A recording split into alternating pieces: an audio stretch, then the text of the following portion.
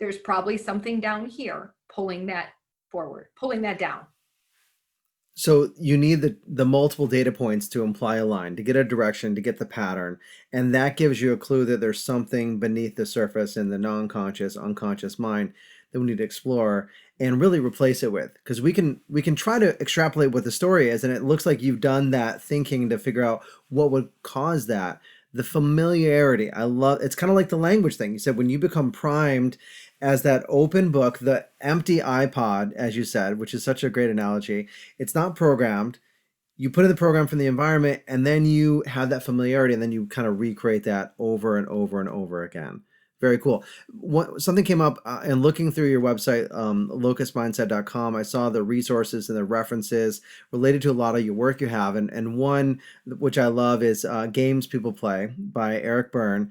Do some of the transactional analysis games come into the work, or do you analyze that in terms of the payoff and the victim and the persecutor and all that? Oh yeah, so games people play, it's so funny. When I first studied transactional analysis, this is back in 2009, 2008, 2009, that was kind of the first foray into this thought about the dual mind. And I say the dual mind carefully because it's really not like, I mean, it's separate, but they're integrated, right? And really it's the whole system.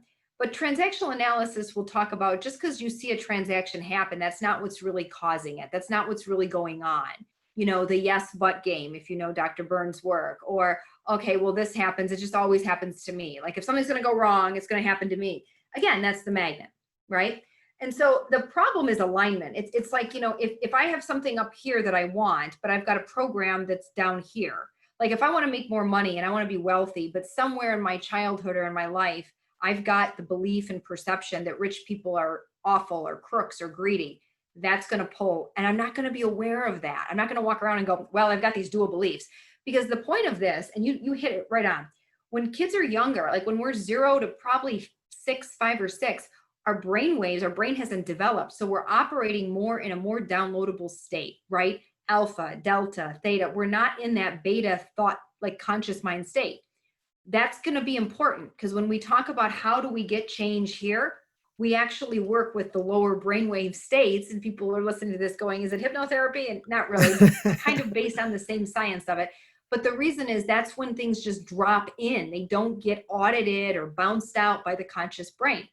So when we get older and we think, okay, now I'm going to willpower my way out of this, you don't do it because the problem formed before you even had that critical rubric. It's down here and it's associative.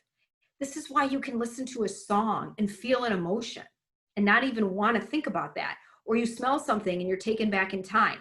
Our perceptual filters, our eyes, our nose, our ears, taste, all of that is connected to those memories and emotions that are down